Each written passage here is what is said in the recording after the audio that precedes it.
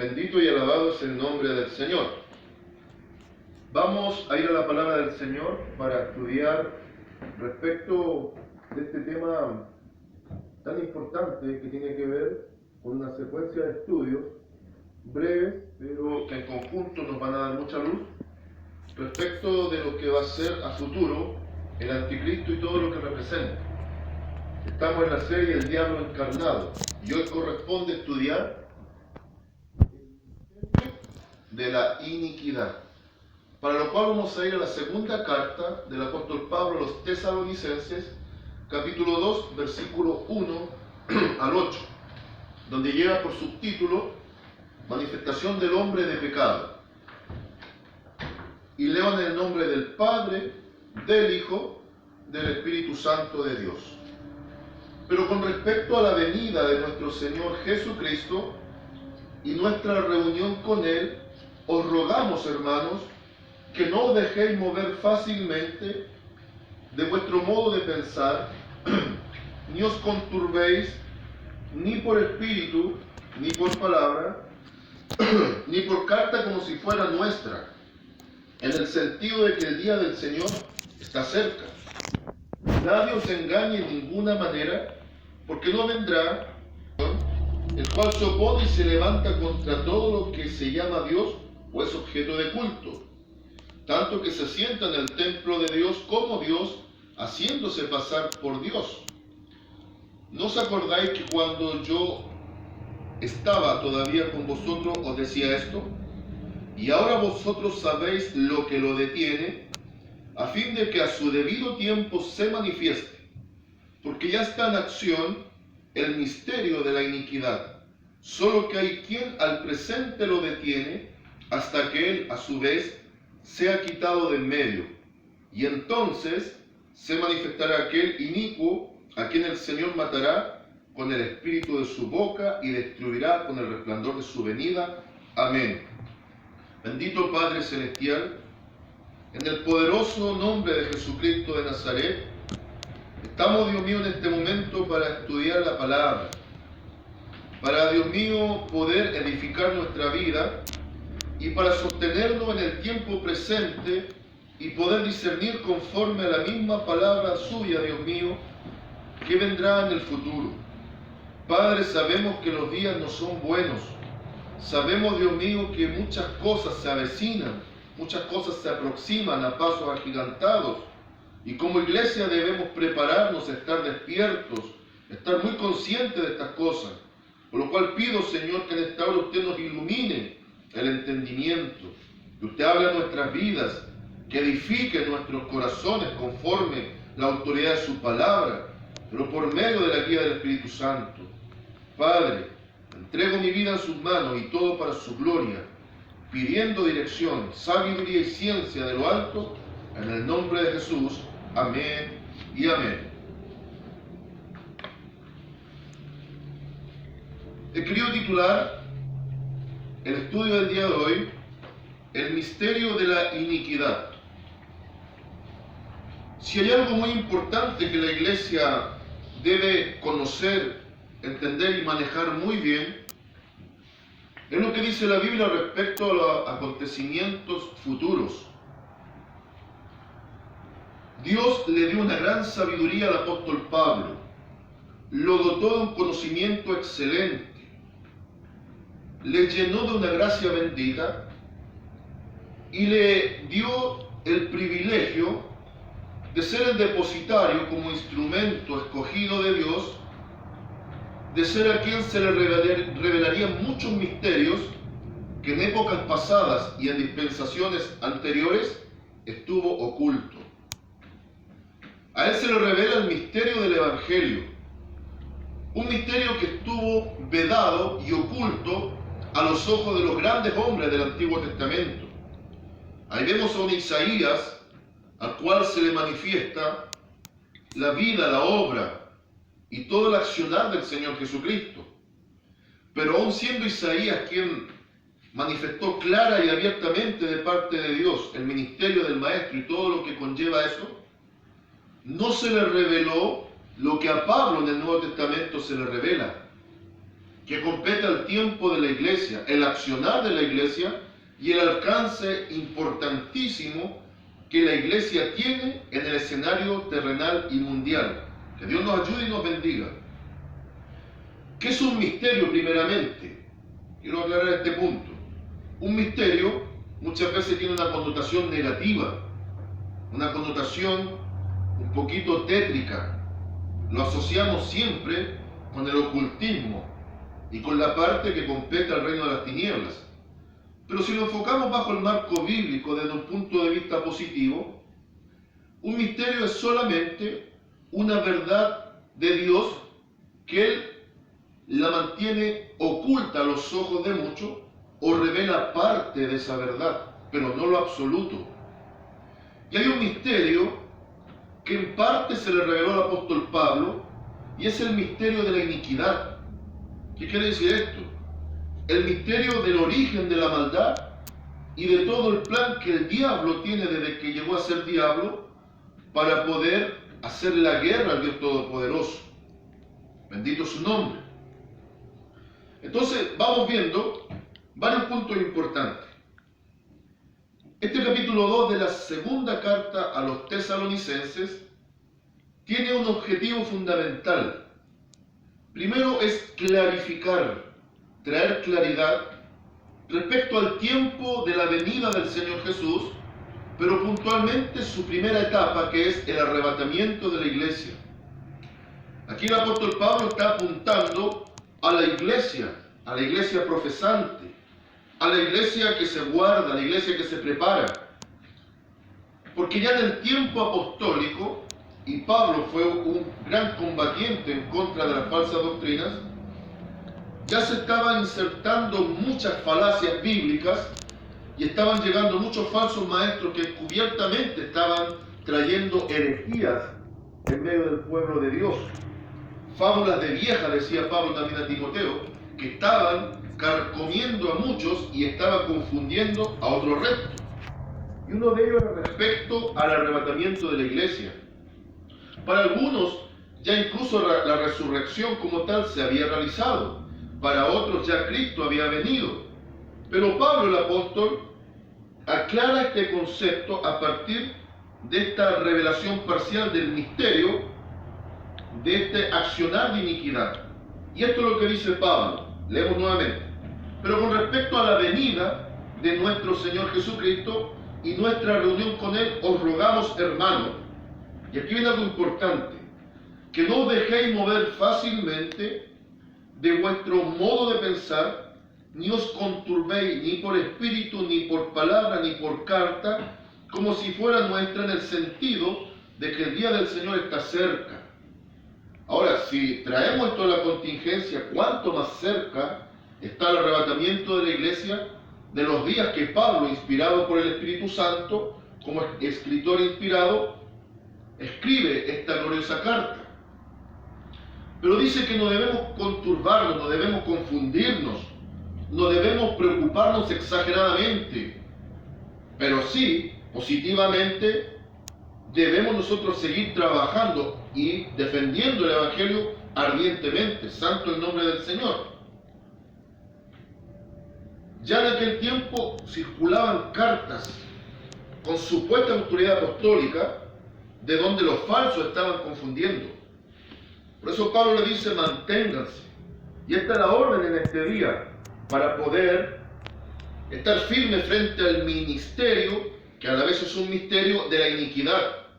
Debemos estar firmes, persuadidos, con una fe sólida, de que los fundamentos que ya tenemos, que la enseñanza que hemos recibido, nos llevan por el camino verdadero que es Cristo.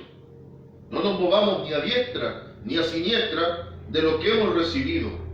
Cristo pronto arrebata la iglesia. Mantengamos la fe en alto, bendito el nombre del Señor. Y aquí dice, versículo 3, aquí comienza lo importante.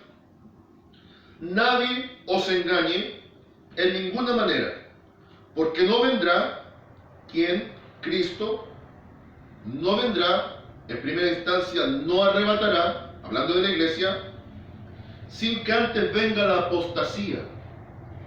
En los días apostólicos, repito, había comenzado ya el mover de la apostasía.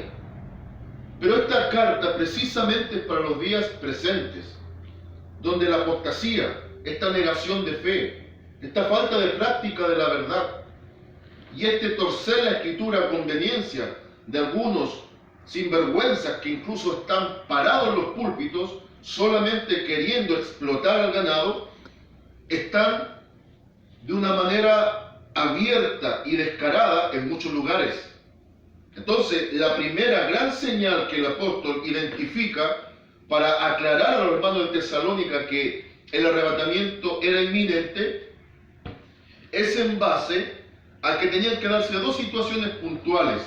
Lo primero, una abierta apostasía de iglesia, un abierto dejar la fe, deslizarse de los principios fundamentales salvíficos que la Biblia enseña. Y lo segundo que dice, que tiene que manifestarse el hombre de pecado, el hijo de perdición. Mire cómo el Espíritu Santo le revela a este gran siervo de Dios las características de este ser cruel y despiadado, el anticristo. Lo identifica como el hombre de pecado, porque él va a ser el regente y al mismo tiempo el agente, el elemento que el diablo va a usar para manifestar de una forma muy audaz, muy intrépida, muy bien elaborada, este misterio de la iniquidad, este hecho de manifestar al mundo un hombre que va a ser la antítesis, que va a ser el opuesto del Señor Jesucristo, que va a ser tan persuasivo, que va a ser tan capaz en lo humano, que va a engañar al mundo entero. ¿Pero a qué mundo entero? Bendito el nombre del Señor. A los moradores de la tierra, a los que vivan continuamente amando los deleites del mundo, los que permanezcan con un corazón endurecido, que no ha sido transformado por el toque del Espíritu Santo y lavado en la sangre del Cordero por medio de la autoridad de la palabra. Pero bendito el Señor, que hay un pueblo entendido, de hombres y mujeres sencillos, que han lavado sus vestiduras en la sangre del Cordero, y a ellos este inicuo, este hombre de pecado, este hijo de perdición, no puede engañar por varios motivos y los vamos a estudiar. ¿Por qué hombre de pecado? Porque él va a ser el mismo diablo encarnado que viene al mundo. Necesita un ser humano, este ser maléfico llamado Satanás, para poder accionar en el mundo. Lo ha hecho a través de las épocas, por medio de religiones. Más cercano en el tiempo, creó un evangelio paralelo, un evangelio anatema. Bien dice Pablo también en Gálatas capítulo 1, versículos 6 al 10, no hay otro evangelio, pero hay algunos que están influenciados por el poder de las tinieblas, que han pervertido el verdadero camino del evangelio y han desviado de la fe a muchos y lo están arrastrando a perdición. Por eso, mi hermano, si sabes que estás en la verdad, no te muevas del camino de la verdad. Y tú, siervo del Señor, si has luchado por años y te has mantenido en la fe, no te vengas a torcer a última hora, porque eso te puede costar la salvación. Bendito el nombre del Señor. El hijo de perdición. ¿Qué hace este hijo de perdición? No solo va a ser el agente del diablo que viene al mundo, sino que también, dice el versículo 4, el cual se opone y se levanta contra todo lo que se llama Dios o es objeto de culto. ¿Qué ha querido el diablo a través de las épocas? Ya lo vemos claramente identificado en Isaías capítulo 14, versículo 12. ¿Cómo cayó el lucero, el hijo de la mañana? ¿Cómo cayó? Ese lucero de la mañana, ¿cómo cayó? Por su soberbia. Ahí comenzó el misterio de la iniquidad, pero comenzó en un accionar, por eso también es un ministerio, en un accionar de maldad.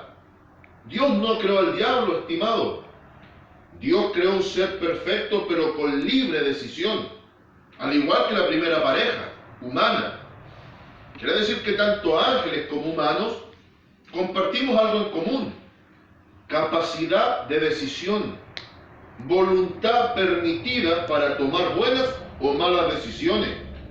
Este ser rebelde tomó la peor decisión, se fue en contra de lo establecido, se levantó en contra del gobierno de Dios y formó un gobierno y un imperio paralelo, pero opuesto al de Dios. Dios es luz, este personaje es tiniebla. Dios salva, bendice, este destruye y oprime. Y Dios tuvo que mandar a su Hijo en carne. Mire, aquí viene algo muy interesante. 1 Timoteo capítulo 3, versículo 16, habla del ministerio de la piedad. ¿Y qué dice Pablo? Que Dios fue manifestado en carne, número 1. Justificado en el Espíritu de Dios, número 2. Visto de los ángeles, número 3.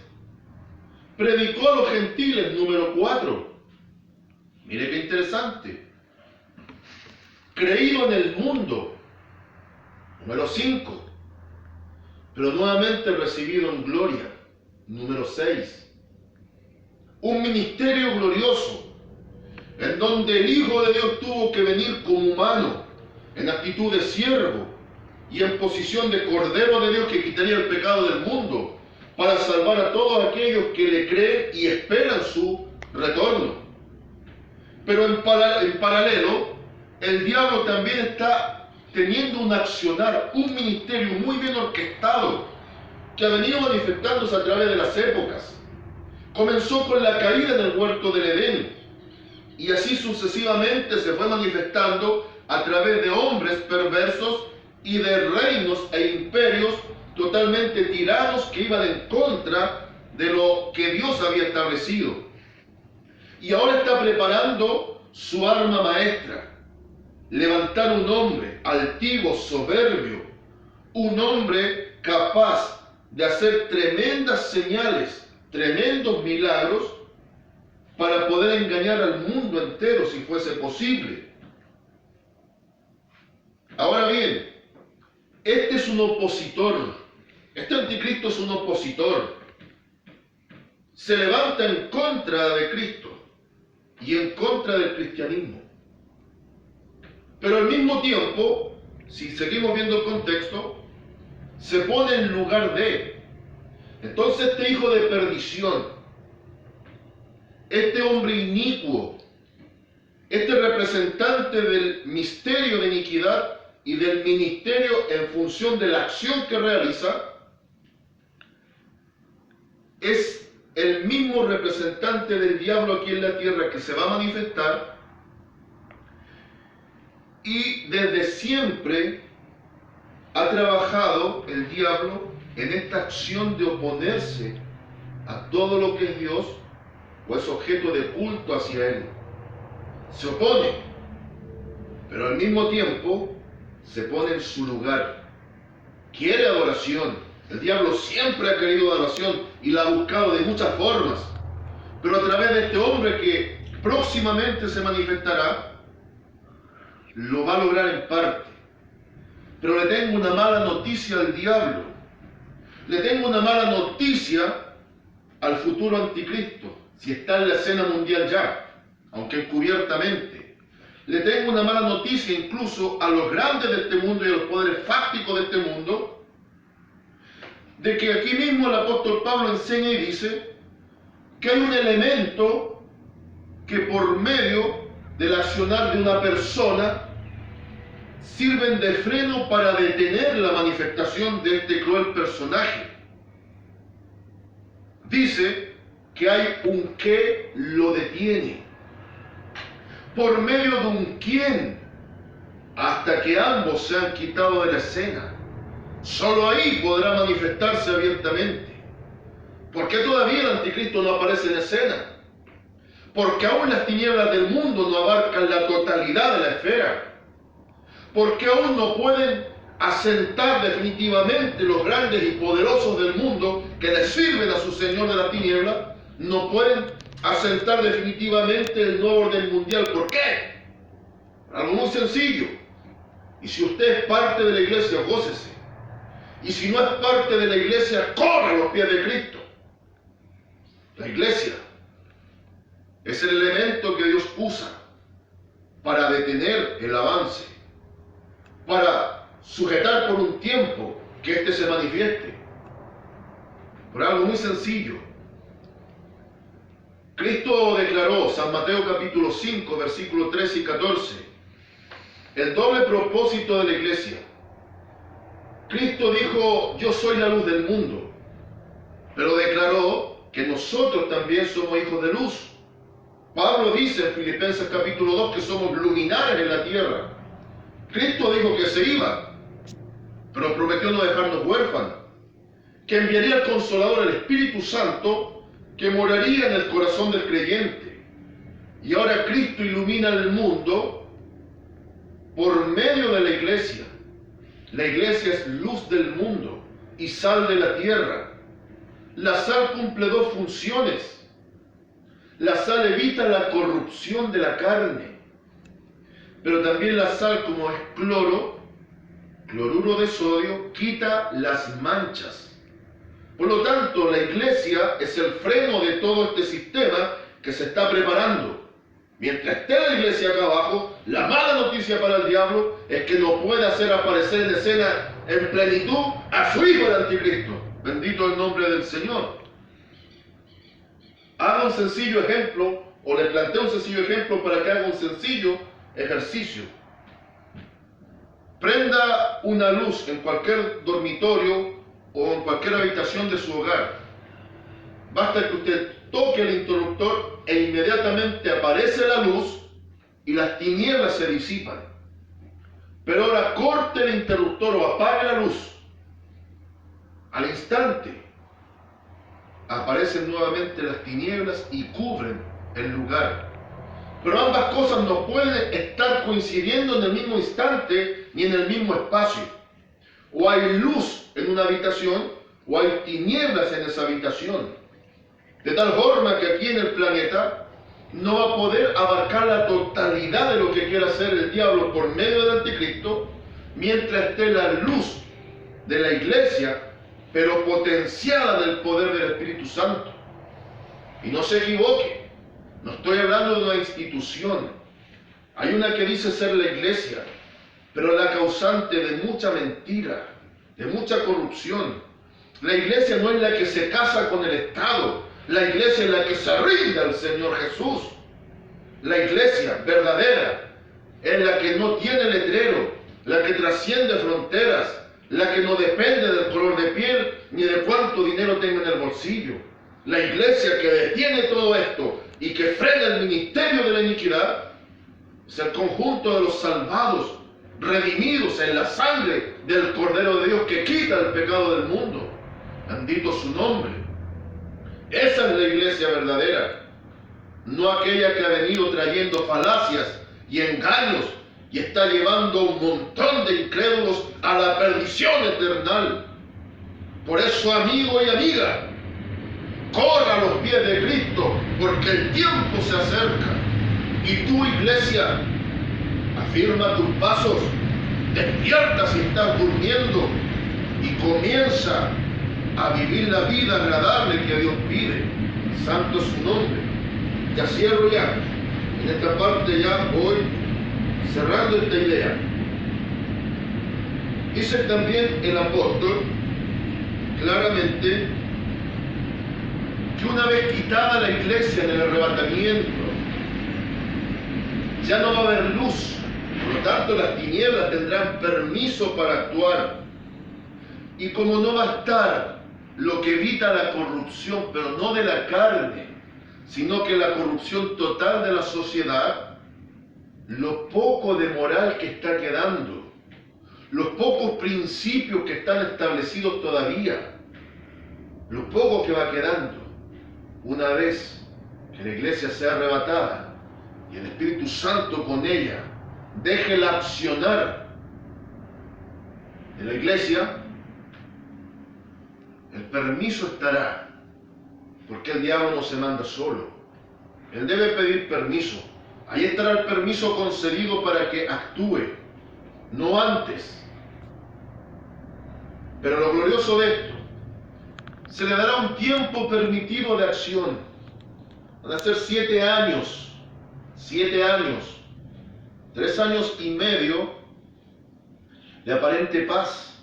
¿Por qué cree que todo se está dando hacia la alteración, hacia las caídas de las políticas, de la economía? ¿Por qué todo cree que va dándose en base a esta pandemia? Al caos, a estar confinados, a estar también muchos con ese desespero del día futuro, con la incertidumbre a flor de piel, con el miedo latente. ¿Por qué? Porque están propiciando que se levante uno diciendo: yo traigo la solución para los problemas. Pero solo eso se dará en una forma genuina y plena una vez la iglesia arrebatada. Y comienza el periodo más terrible para la humanidad. El Señor lo dijo, que venía un tiempo de tribulación, cual nunca lo ha habido ni lo habrá en este mundo, antes de ese tiempo. 3 años y medio de aparente paz, hasta que digan paz y seguridad y venga sobre ellos destrucción repentina. Primera a los Tesalonicenses, capítulo 5, versículo 3. Pero después comenzará su segundo periodo, ya elegido como el rey tirano de la tierra, y ya también aposentado en el trono, diciendo: yo soy Dios y merezco adoración. Pero bendito el nombre del Señor, que al final de ese periodo, cuando Cristo descienda con la iglesia a salvar a Israel, el mismo Señor Jesucristo lo destruirá con el espíritu de su boca, la espada filuda, la espada de doble filo, la espada de Jehová que sale de la boca del Maestro, y lo destruirá también con el resplandor de su venida. Bendito su nombre. ¿Con qué cierra el apóstol? Dice que este personaje tendrá gran poder, gran manifestación falsa, hará prodigios, señales y milagros, pero habla a los que están escogidos para salvación. Al final del capítulo 2 les dice a los escogidos para salvación, a usted y a mí, que somos iglesia de Cristo, que debemos mantenernos, debemos permanecer en esperanza, firmes, sin fluctuar, estar firmes ahí. Y el Dios de paz consolará los corazones. Pero también da a entender esto, que hay almas que necesitan llegar a la salvación. Usted tiene que analizar muy bien esto, y con esto ya cierro definitivamente. Tiene que analizar muy bien esto. Si está en el camino del Evangelio, no juega a ser cristiano, porque el diablo no juega a ser diablo. Si es cristiano, sea un cristiano de fuego, de poder y de presencia del Espíritu Santo. Si no es simplemente un mediocre, y a los mediocres, a los tibios, Apocalipsis capítulo 3, versículo 16, Cristo le vomitará de su boca. Y si usted es un incrédulo, comience a creer. Si usted es uno que está perdido, venga a la salvación. Si usted es uno que le falta, venga, porque Cristo da amor y salvación en abundancia. Pero hágalo ya, porque el tiempo es corto y el arrebatamiento es inminente. Este es un tema que dará para mucho. Y con la ayuda del Señor, de jueves en jueves, seguiremos viendo respecto a este cruel personaje y a todo este orden mundial nuevo que se avecina, con el consecuente imperio romano resucitado, el nuevo orden mundial, el anticristo y el reino de las tinieblas aquí en la tierra. De antemano, bendito el nombre del Señor. Muchas gracias por su asistencia por medio del Espíritu Santo. Maranata, Cristo viene. Dios le bendiga. Amén y amén.